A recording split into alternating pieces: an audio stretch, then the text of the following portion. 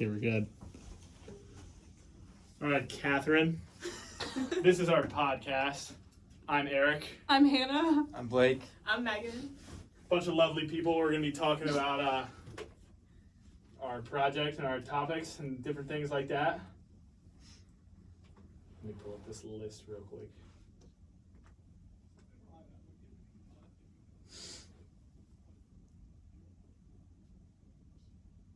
Anybody want to take it away while I pull up this list? Talk about any experiences they've had in high school, anything to do with staying healthy, taking time for yourself.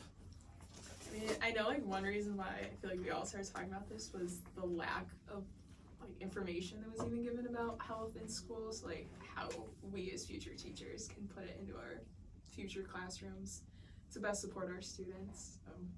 That's why I was really interested in doing this. I don't know if anyone else wants to. Yeah, I agree. I think especially with field experiences and student teaching, going back into the classroom a few years later from us being in elementary or middle school, it's interesting to see how there's still a lack of physical and mental health resources. Yeah, for sure. Yeah, I feel like providing them with some kind of baseline way for them to take care of themselves as far as physically and mentally that they can just take outside of their school experience is good for them to have just as a life skill. Yeah. It's good for a life skill, and also especially in younger grades, which most of us, Blake, you're not middle, right? Are you at High school. Yeah, honestly, you can make an argument too that high school should have some sort of in the middle of the day physical activity no matter what. But I feel like when my teachers in field talk about it in the middle grades, at least, I know my last host teacher talked a lot how you could just tell the difference in the students when they would go out to go for recess and stuff like that versus when they would come back. There would be kids obviously just going nuts and whatever, but once they got all that energy out, they came back and they were just ready to learn in general. Yeah, totally changed their whole day too. Yeah. Even their mood. Some kids, I know in my student teaching, they would be low energy in the morning, and then they come back from recess or playing outside or gym, and they were a completely different kid. Yeah. And I think that goes off of even with food, their mood after they ate lunch, they would come back so much more energized and ready to go. Yeah, we even just taking for high schoolers too, just taking them outside. We did a class outside today as review, and they were actually engaged. They had fun and they were talking to each other, not just sitting there at their desks. That's also so easy too. That doesn't change what you're teaching. No. You're really just changing the setting, and exactly. Already they're more interested. Yeah. Something cool that they did at our 7th grade student teaching placement is if they got all their assignments done throughout the week and didn't miss anything, they got to go outside on Fridays for a fun Friday activity. And you wouldn't think that that would mean anything to them, but they'd be so mad if they had to stay and complete their homework. So even using that as an incentive for those grades, I think helps a lot. Yeah. When I was younger, we had this this rule where if you basically got 2 marks, then you couldn't have Fun Friday. And I even had it in 7th and 8th grade, so even when we were older, and I remember I was not the greatest kid in the world, so there was definitely a lot of times where I got 2 marks and I wasn't able to, and I would see my friends out the window and I'd be man. And then I just would turn into the kid that was still insane in class because I didn't get to go outside or something like that. Or yeah, I remember my elementary school, or my grade school growing up was K through 8, and up until 5th grade you had 2 recesses. You had one in the morning, one in the afternoon. Crazy. But then once you hit middle school, when you're taking more classes and your days structured completely differently, you only had 1, and kids were literally crying because they were so upset they only had 1 recess. Dang. So it's definitely something kids want and is a part of their schedule. In my last placement, the principal actually gave the teachers the power to extend recess if they wanted to. So there would be some days that I would be in there and the kids would just be I was in there the day before Halloween, which is obviously nuts. Crazy. Yeah. And all the kids were going crazy, and when we got out to recess, they were we're extending recess by a half an hour. We're gonna get all the energy out of these kids, whatever. And I think that's really cool as a principal, or having a principal that would allow that sort of gateway to have those teachers make that decision just based on their learning and how they're focusing in class. But yeah, I feel we all collectively agree there should be some type of time dedicated to give the kids an outlet to go out or just be with each other, not in the classroom setting. So like at Reading, they have time, it's called AE, which is like a social emotional learning time, which the idea is good, but the teachers don't do a good job of organizing it and running it, of what they're supposed to do, of what it's actually supposed to be. Like the kids, they just sit there and use it as a study hall. Yeah. And then like every now and then there will be like a surveys that the counselors sent out of like them to answer questions about themselves and how they're doing in class, and none of them care about it at all. Like they think it's stupid, they think it's a dumb time. So the idea is good, but the direction and the execution is not good.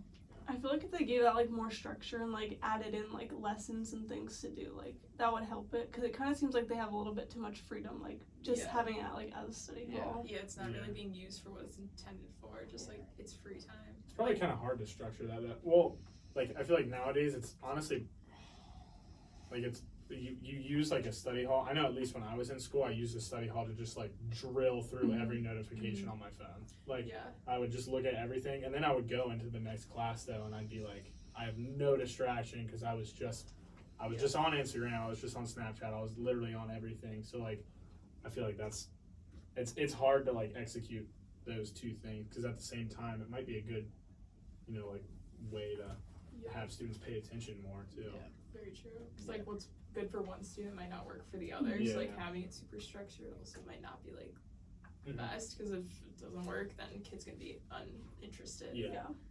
There's also like not every kid, like wants to do some sort of physical activity. Like you can't force a kid to like go. I was even thinking like in our 5th grade student teaching placement, every Friday our teacher would do closing circle.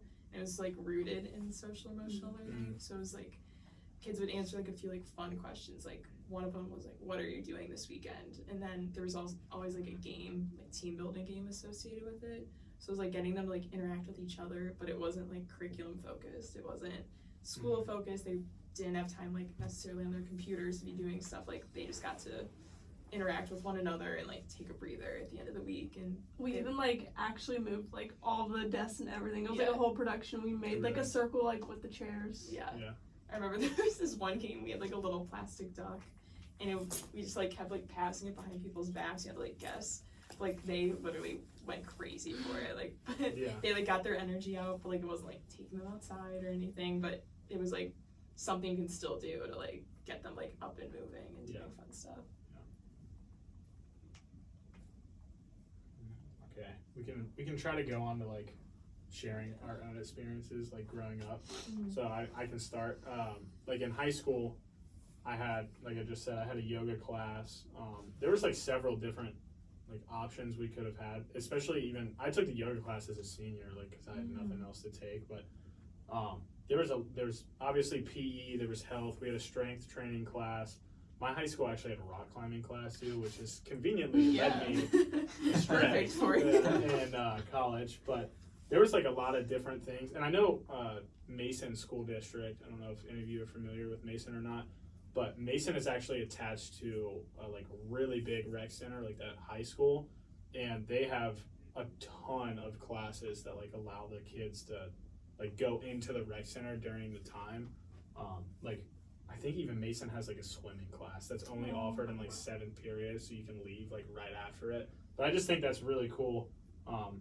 My experiences obviously weren't like that growing up, but Little Miami had a good amount for sure.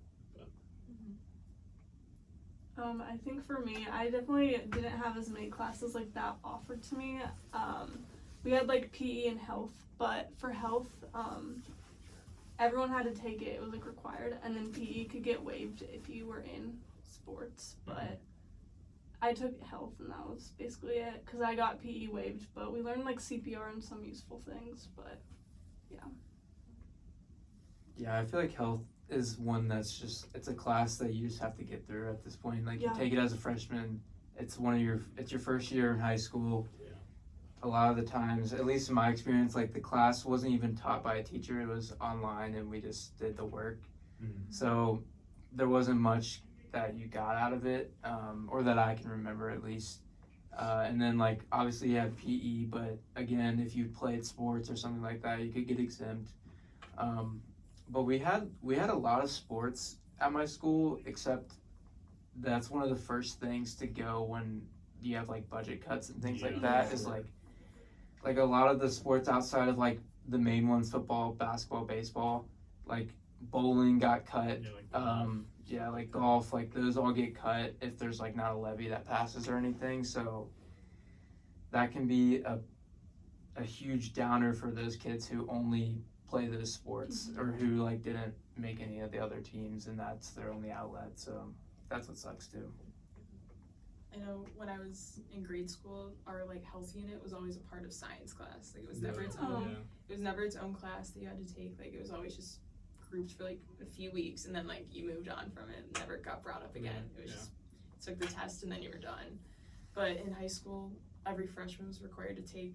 It was like half a credit of health, and then the other half you had to take like some kind of physical education, and only if you played 2 seasons of a sport for a full year, then you could get a quarter of your credit like taken off. So then you had to take another credit of some kind of physical activity.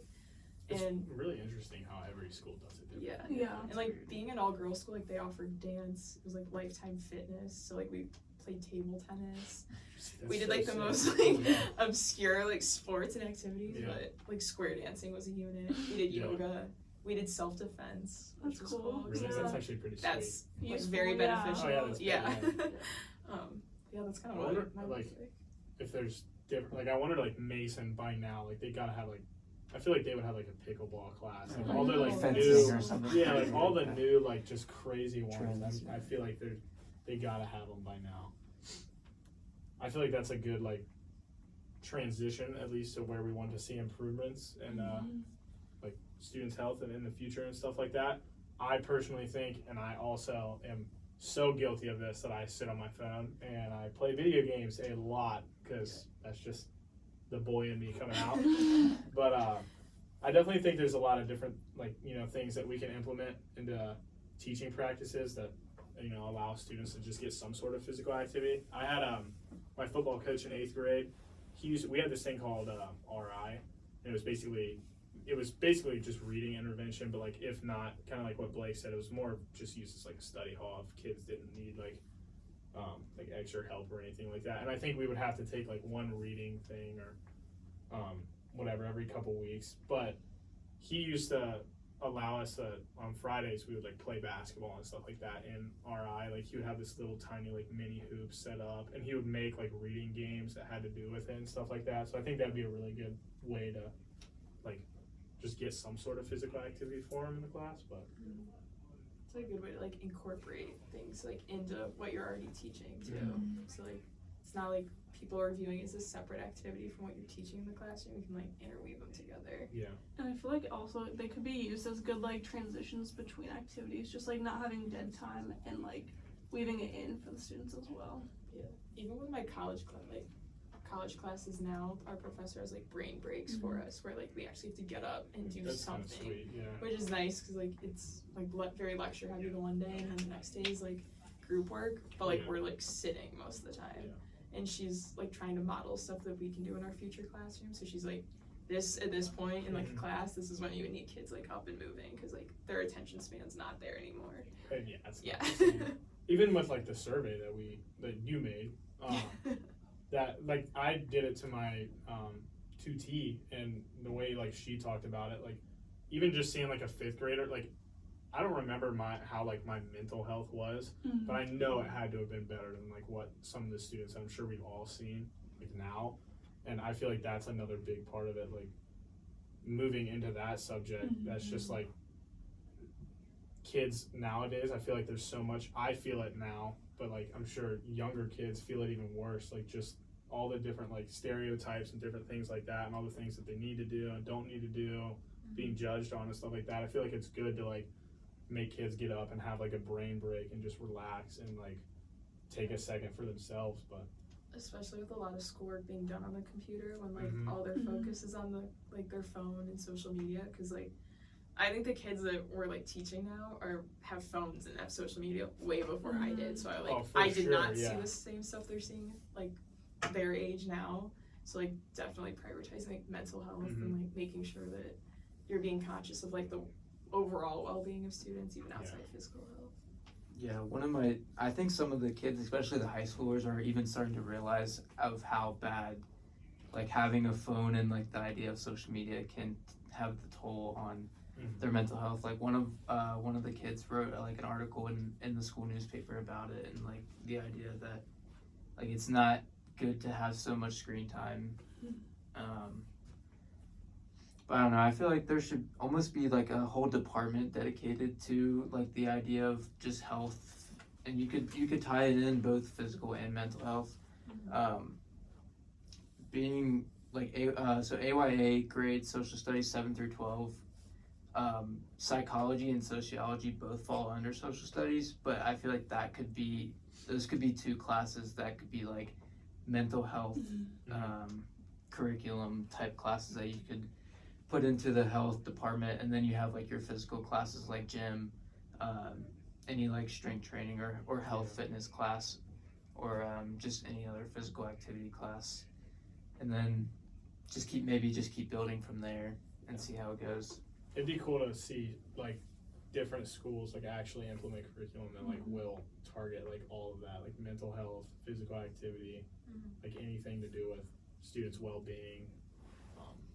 Like when I was in yoga, it was such a crazy class. Like we would walk in, and I remember I had a pre-calc, which Dr. Hare, if you're listening, I'm not good at pre-calc. That's why I'm English and social studies. But I remember I had pre-calc right before yoga, and I was unbelievably bad at math, and I would take tests, and my brain would just be mush by the end of it. And my pre-calc teacher was one of those where he was super ADHD. He would stand outside the door and be like, "It's pre-calc test day!" Like he was screaming. So like there was so much pressure walking in that classroom. You're like amped up. Yeah, and I was like just nervous, just shaking walking in there. And I remember afterwards, like I would go into yoga, and she'd be like, "All right, like get your mats out, like whatever." I would be sitting there, and I would have the most zen moment of all time. Like she would turn all the lights off in the gym, and I'd be sitting there, and I'd just be like listening to that playlist on YouTube.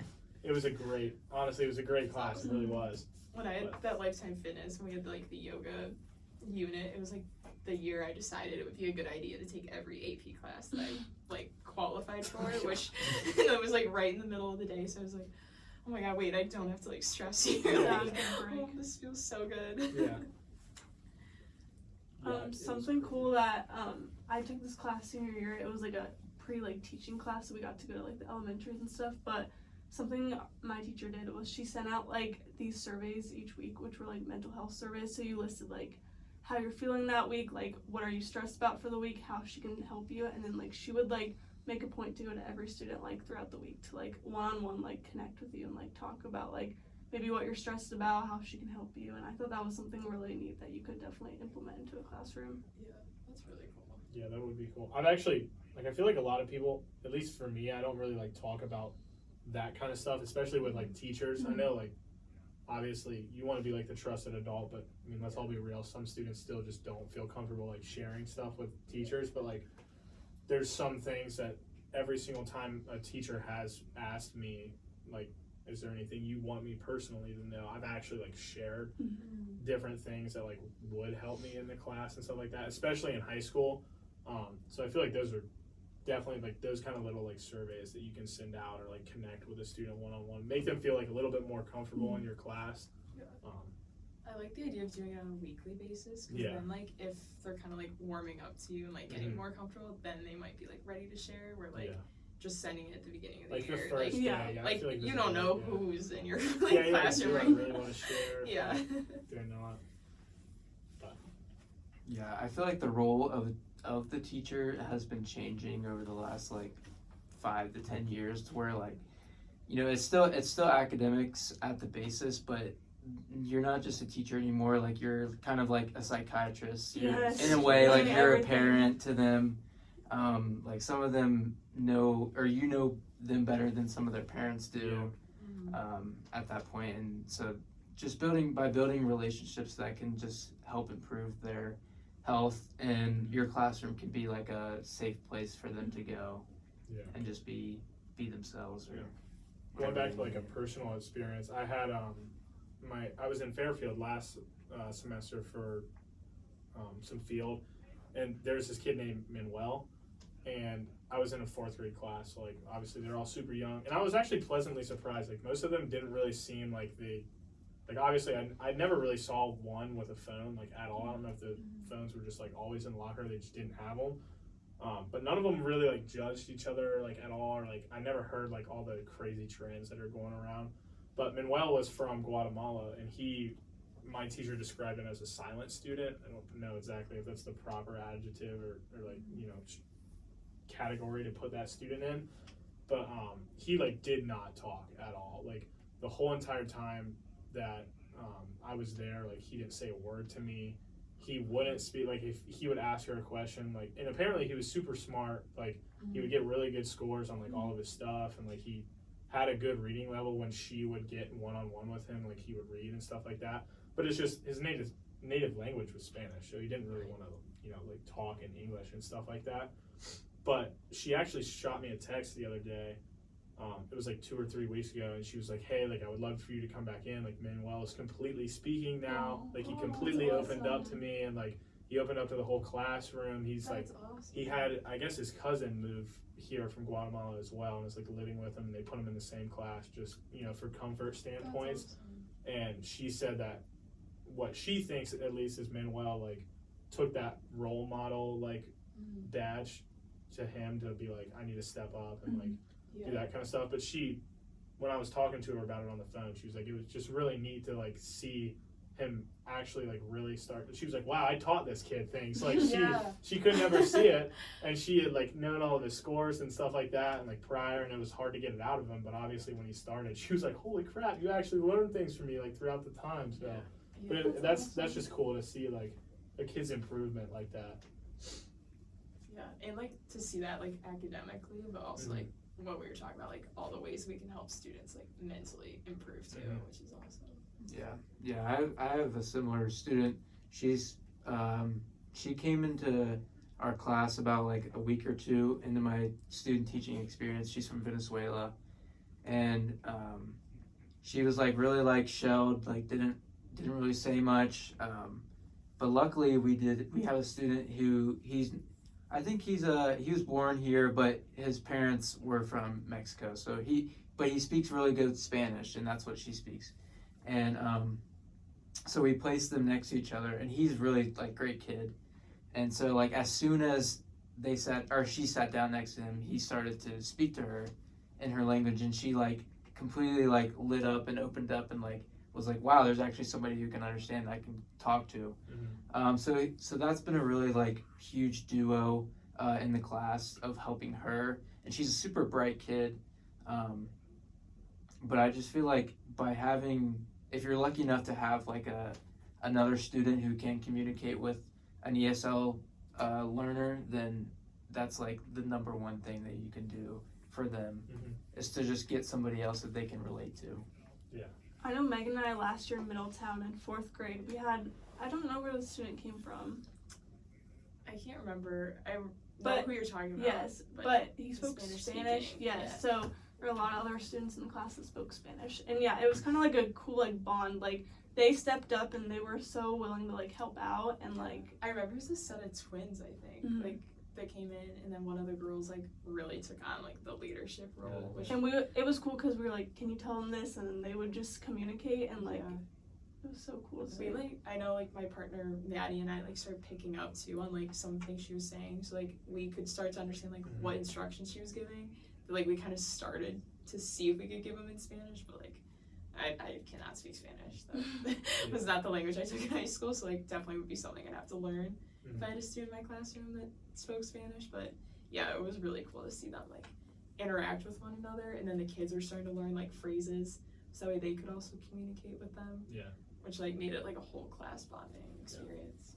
I think we all just shared. It's just overall idea of just being like a really safe place and space, you know, for your students.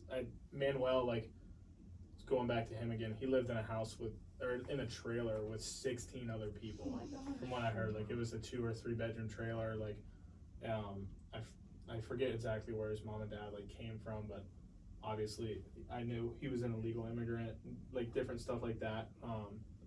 But it just goes back to like, if she wasn't the safe space for him, he might have not, developed into like the student he is now. Hopefully I'll go and get to see him again soon, but I don't know. I just think that's a really big part of, how you can see improvements as well. And I think it like also goes back to like we need to like meet these basic needs before we can ask anything like academically for them. Yeah.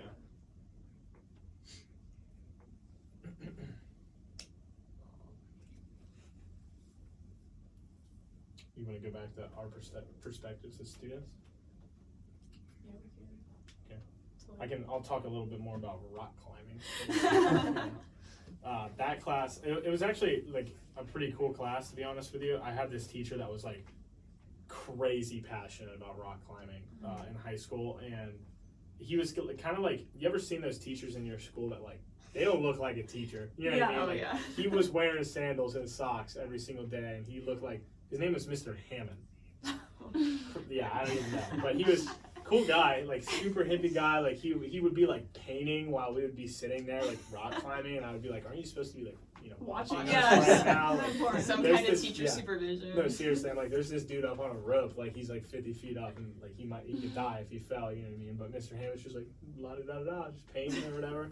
But it was just like it was a class that opened my eyes into like a lot of different things, because I had it my freshman or sophomore year, I can't exactly remember, but I like never really like, I guess, got out and like really did a lot. I did play sports and stuff like that like throughout high school, but like other than that I was like pretty reserved, and my family lives on a farm, so like the only thing I would ever be doing like physical activity wise was like baling hay. No, it sounds stupid, like it sounds like so stereotypical. That's literally what my life was like before. So like to be able to go to school and like have some other form of like physical activity that I could do besides baling hay and shoveling something that I won't say I was shoveling, but like I don't know, it's just really neat. And when I did it, I kind of realized, I was like, man, like at first I was like, I'm a pretty weak kid, like this, like I need to change myself. So like that actually got me like going into the gym and stuff like that when I was doing it. It just opened my eyes more. So I think classes like that can like, and also I'm taking rock climbing now. I'm taking rock climbing classes, so I think it's like just stuck with you. It's stuck Yeah. with me, sadly, in a way. But like it's like a skill that you learn, and like a new physical activity or a new form that like I do like it. I just am not as good as other people. You know what I mean? Yeah. So like it's just cool. It opens your eyes to new different things. Yeah, like some of those things can translate into like hobbies that you'll take Yeah, yeah. outside of school. So like for instance, if you like the rock climbing class and like you could really get into rock climbing and then just keep doing that in your life. Yeah. I wouldn't say that's a bad thing to Mhm. do for yourself. So And you can meet people, and like Yeah. that can also help your mental health as well. Like just getting any student just out there and just like to try something new, obviously. Yeah, I know, like in gym class in 8th grade, we tried lacrosse for the first time. It was the first time I ever touched a lacrosse stick, and then I was like, this seems fun. I was Yeah. like, I don't know. And then like high school spring tryouts happened, and freshman year, and I was like, all right, I'm gonna try it again. Yeah. And literally like actually played a game during tryouts, Yeah. and then they were like, you can try it if you want, like we'll put you on this team. And a bunch of us honestly like came in, it was the first time we'd ever touched a stick, really. Yeah. And then like we all played, literally went basically undefeated, but like we just had so much fun. Like That's we were really like, cool. but like just that we learned from like tryouts Mhm. up into like it took the first few games to like really understand, because the rules are just Yeah. really crazy in lacrosse and don't Yeah. make sense. So like once we like got past the learning curve, we're like, wait, we really like it, and everyone got like really good at it. Mhm. And then I ended up playing like all 4 years. So like I wouldn't have known that had I not tried it in like a gym class. Yeah.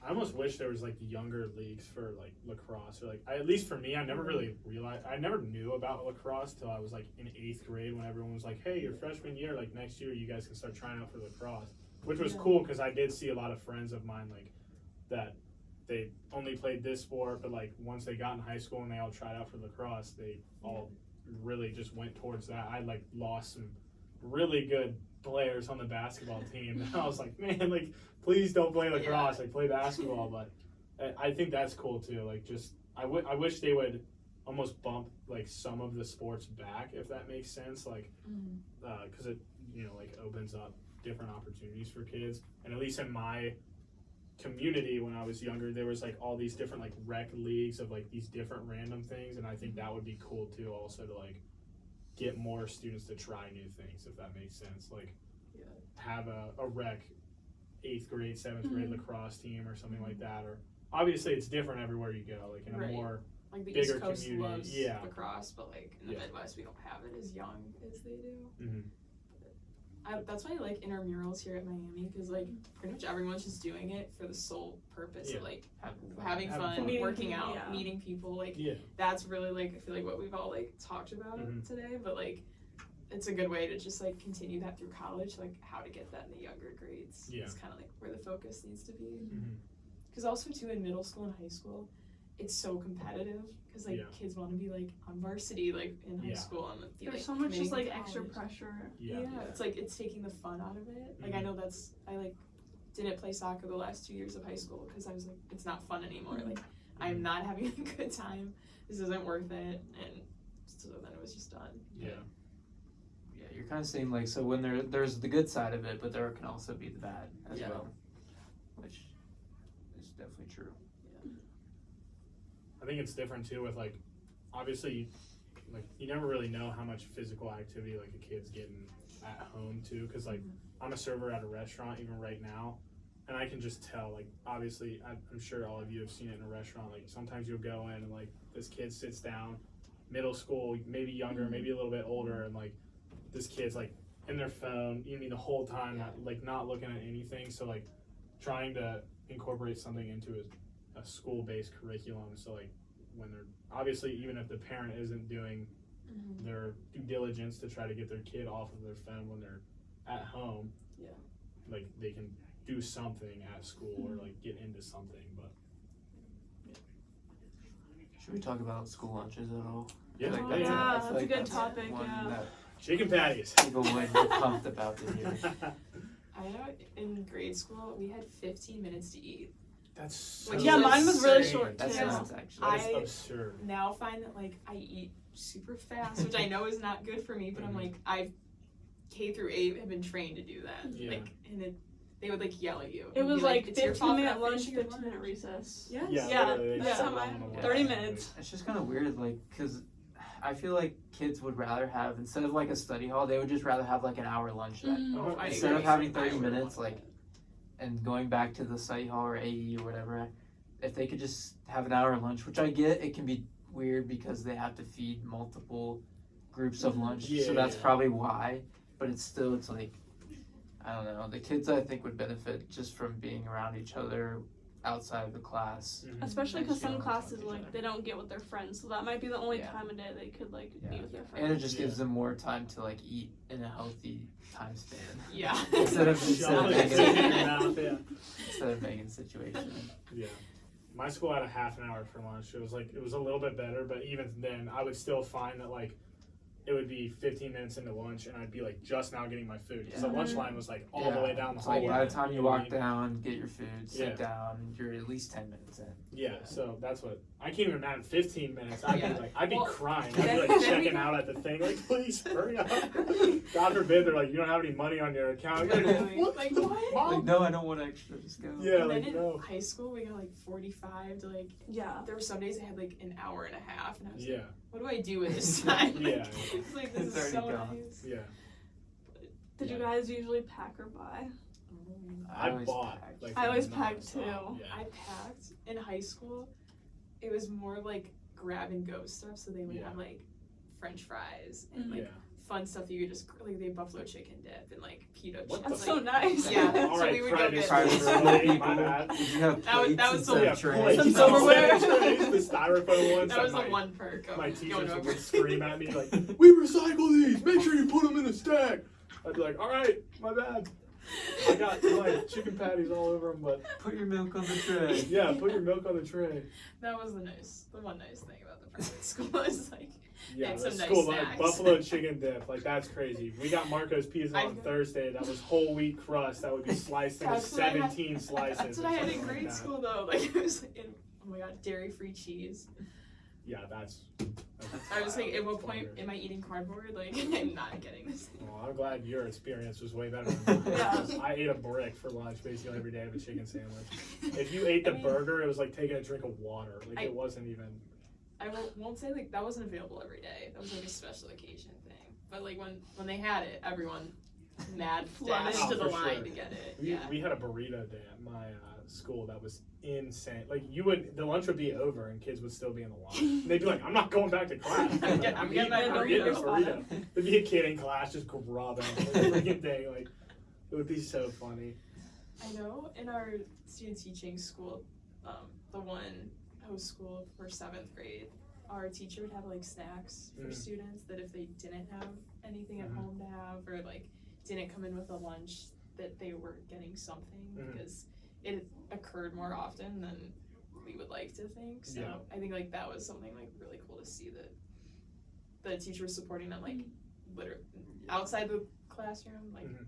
and helping them with their well-being. Did any of you do like anything like field work in Mount Healthy at all? I know that's a popular placement for No. now, but I did my like first ever field experience was in Mount Healthy.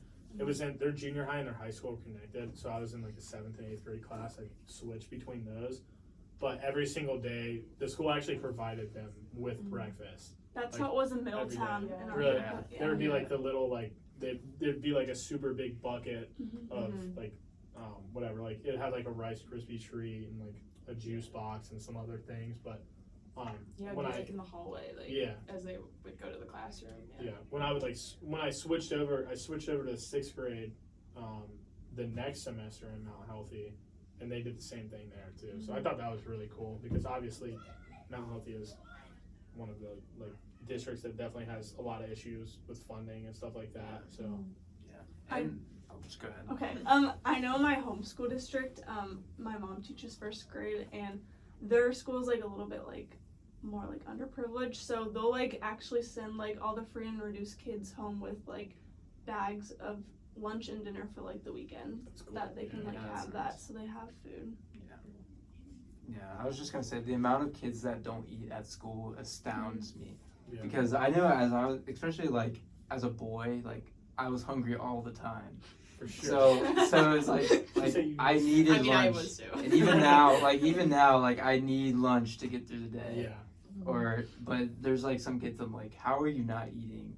And I don't know if it's just the situation they don't want to or whatever it is, but you almost just feel guilty yourself eating Yeah. something if they don't. Mm-hmm. All right. Well, I think we're slowly running out of time. Yeah. I just saw some guy walk up to the door. Yeah. So, we're running out of time, but Wrap it up. wrap her up. Good discussion. Yeah, here. great. Good job, team. Great podcast.